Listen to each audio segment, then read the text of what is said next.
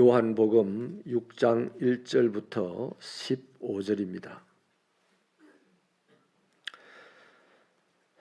요한복음 6장 1절부터 15절 말씀을 한 절씩 교독하겠습니다. 그 후에 예수께서 디베라의 갈릴리 바다 건너편으로 가시매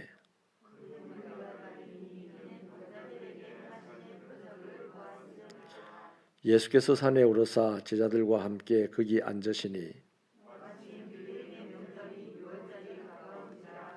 예수께서 눈을 들어 큰 무리가 자기에게로 오는 것을 보시고 빌립에게 이르시되 우리가 어디서 떡을 사서 이 사람들을 먹이겠느냐 하시니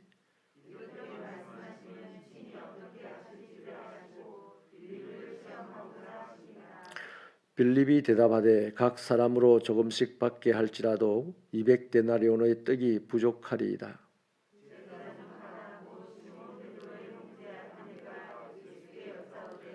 여기 한 아이가 있어 보리떡 5개와 물고기 2마리를 가지고 있나이다.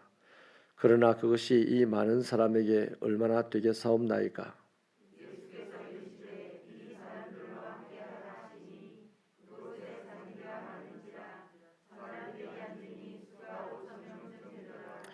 예수께서 떡을 가져 축사하신 후에 앉아있는 자들에게 나눠주시고 물고기도 그렇게 그들의 원대로 주시니라.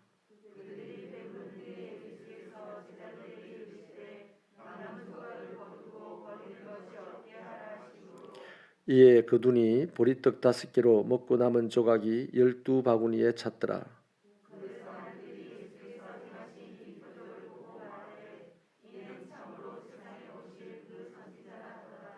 같이 읽습니다. 그러므로 예수께서 그들이 와서 자기를 억지로 붙들어 임금으로 삼으려는 줄 아시고 다시 혼자 산으로 떠나가시니라. 아멘. 차지연 집사님 감사의 예물 드립니다. 정년집 집사님, 송원실 권사님 가정에서 드립니다.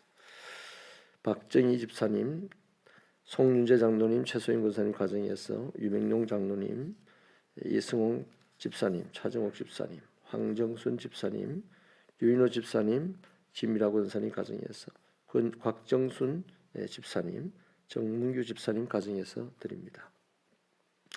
38년 된 병자를 고치신 사건 후에 6월절이 가까운 어느 시점에 예수님께서 제자들과 함께 디베라 언덕에 계셨습니다. 마태와 마가는 이것을 광야 빈들이라고 말했죠. 표적을 일으킨 분이 어쨌든 여기 계셨으니 수많은 무리들이 모여오는 것은 당연한 일이었습니다. 예수님께서는 많은 사람들이 자신에게 나오는 것을 보시고는 그들을 불쌍히 여기셨고 그리고 빌립에게 우리가 어디서 떡을 사서 이 사람들을 먹이겠느냐 이런 질문을 하셨습니다. 이 질문은 예수님께서 빌립이 어떻게 하실 것을 미리 아시고 시험하셨다라고 성경은 설명을 하고 있습니다. 그러니까 예수님은 이 상황 앞에서 빌립의 믿음이 어느 정도인지 보고자 하신 것이죠. 빌립은 예수님의 질문에 답을 하기를 각 사람으로 조금씩만 받게 하여도 200데나리온이라는 돈이 필요합니다라고 답을 하죠. 한마디로 불가능한 일이라는 것을 예수님에게 말씀드립니다.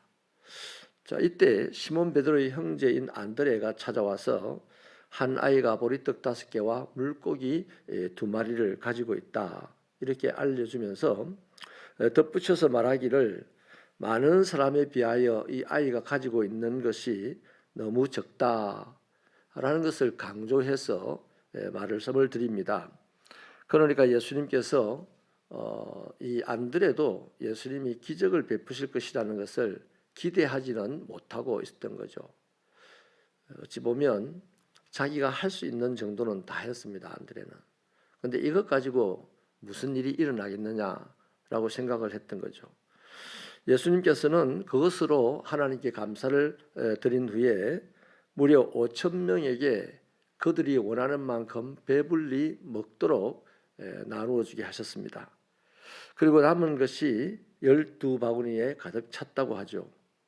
이 마가복음과 누가복음에서는 이때 음식을 먹은 사람들이 남자가 5천 명이다라고 했습니다.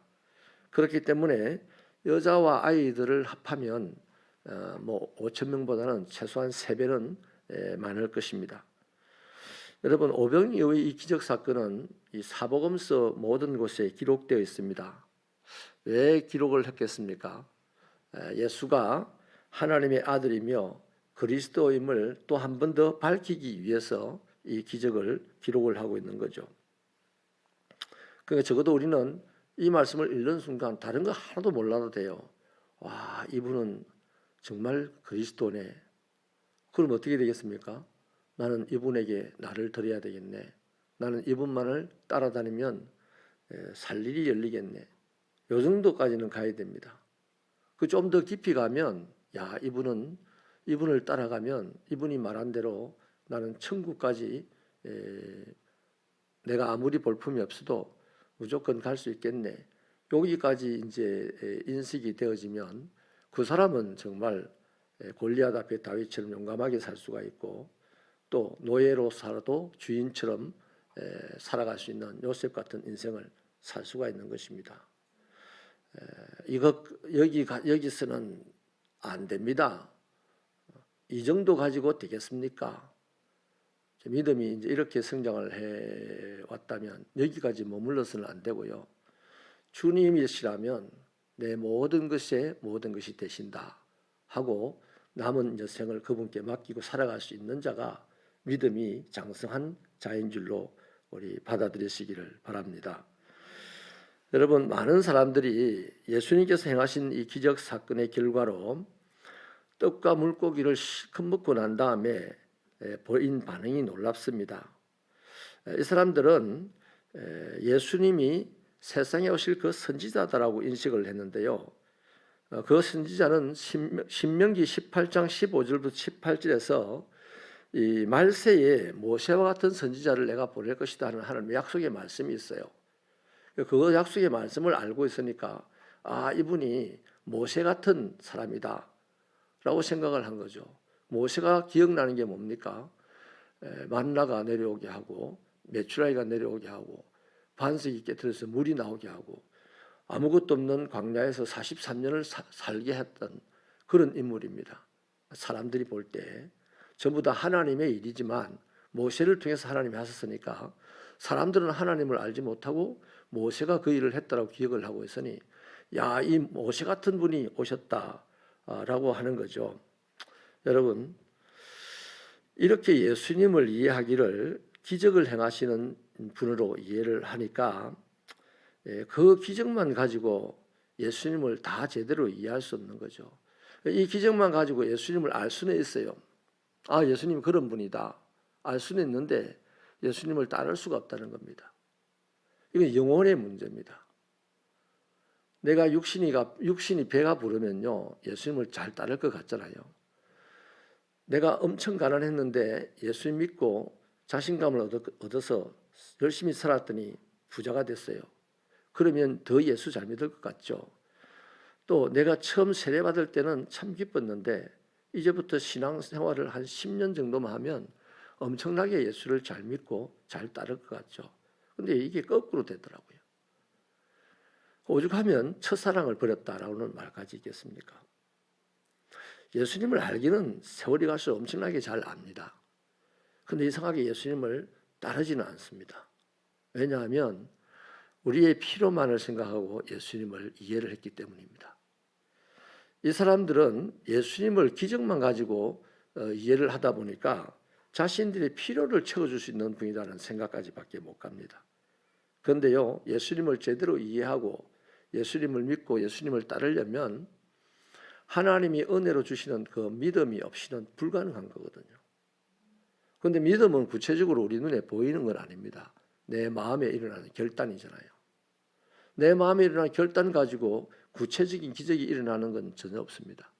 내 마음에 내가 예수 믿고 앞으로 잘 살아야지 이랬는데 다음 아침에 출근해가지고 바로 사장되는 사람이 있습니까? 없잖아요. 그런데 우리는 내가 예수 믿기로 결심하고 이제 예수 따라가면 잘 될 거야라고 했는데 잘 될 거야라고 한 게 구체적으로 뚜껑을 열어보니까 다음날 사장이 돼야 잘 되는 겁니다.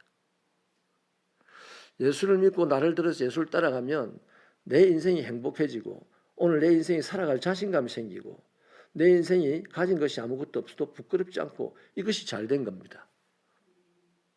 그런데 우리는 의외로 이 유대인들과 비슷하게 내 인생이 잘 되는 것을 말해놓고 은근슬쩍 말해놓고 이제 다음날 구체적으로 이제 나타나기를 이제 표적이나 이적이 나타나기를 이제 기다리다가 절대 안 나타나죠. 그게 많은 세월이 지나야 됩니다.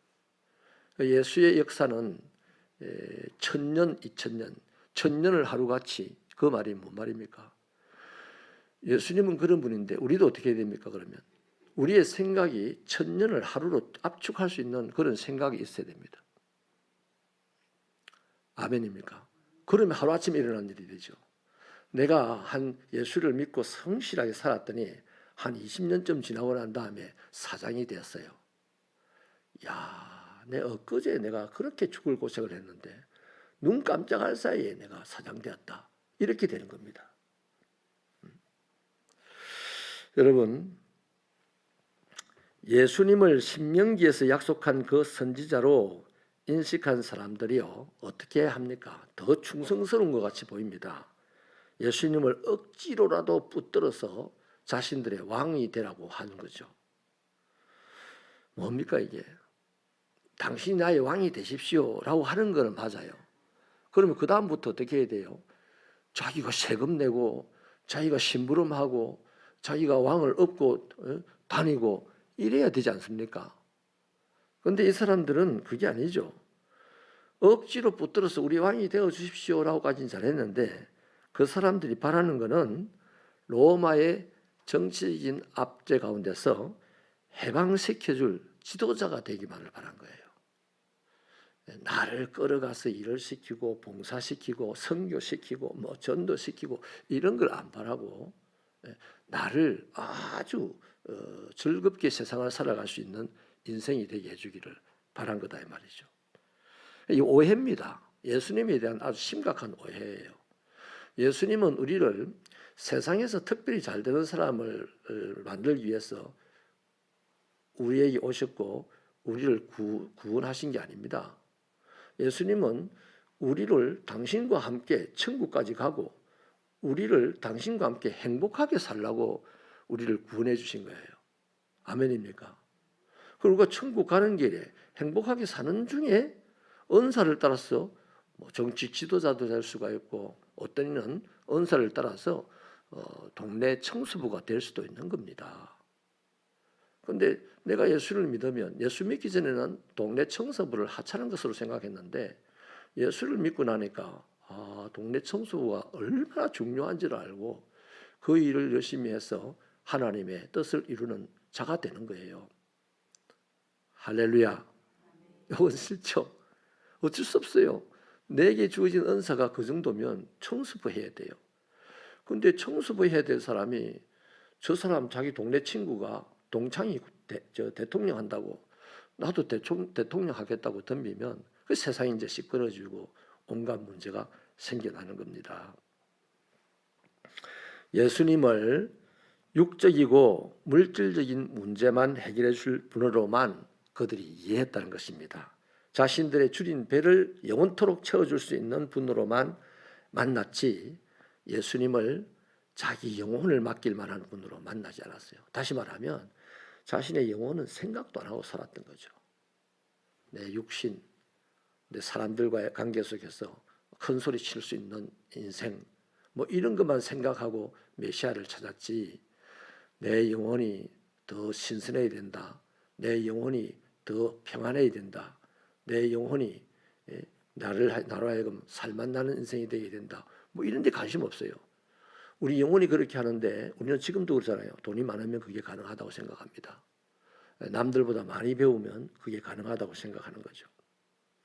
여러분 우리가 분명히 알고 신앙생활을 하셔야 될 것이 있습니다. 예수님은 육신의 떡만을 만들어 주시기 위하여 이 땅에 오신 분이 아니에요. 그건 목적도 아닙니다. 친히 자신이 십자가 위에서 생명의 떡이 되시려고 오신 분이 예수님입니다. 유월절 어린 양으로서 세상 죄를 대신 지고 목자 이런 양들을 구속할 생명의 떡이 되시려고 했던 분이에요. 근데 이 당시의 사람들은 그런 문제를 전혀 생각지도 않았어요. 죄에서 구원받고 뭐 영혼의 평안을 누리고 뭐 이런 거 전혀 생각하지 않고 그냥 그건 당연히 된다 그랬습니다. 그것보다 먼저 돼야 될 일이 지금 육신의 문제가 해결되는 일이 우선이었습니다. 그래서 그걸 자꾸만 예수님에게 요구를 하는 것이 억지로 우리의 왕이 되어 달라고 하는 거였어요. 그래서 예수님은 그 왕의 제안을 뿌리치시고 홀로 조용히 산으로 떠나셨다라고 성경이 기록하고 있습니다. 여러분, 말씀을 마치겠습니다. 유대인은 예수님을 통한 육적인 유익만을 구하였다면 우리는 유대인과 같은 방식으로 지금 하나님을 만나긴 했어요. 그런데 그 하나님을 관계하는 것은 유대인과 같은 방식으로 하면 안 되잖아요. 예수님이 나는 생명의 떡이다 하고 말씀하신 것은 육신의 배를 채워주는 분이 아니라 너희들의 영혼의 굶주림의 문제를 해결해 주겠다는 말씀이거든요. 그렇기 때문에 그리스도인은 예수님을 자기 영혼을 살리는 생명의 떡으로 이해하고 관계를 맺어야 됩니다. 지금까지 우리는 듣기를 예수를 믿으면 안 되는 일이 없습니다. 예수 믿으면 안 되는 일이 없던가요? 믿고 뭘 해봤는데 안 되는 일이 너무 많았어요. 대부분이었지 않습니까?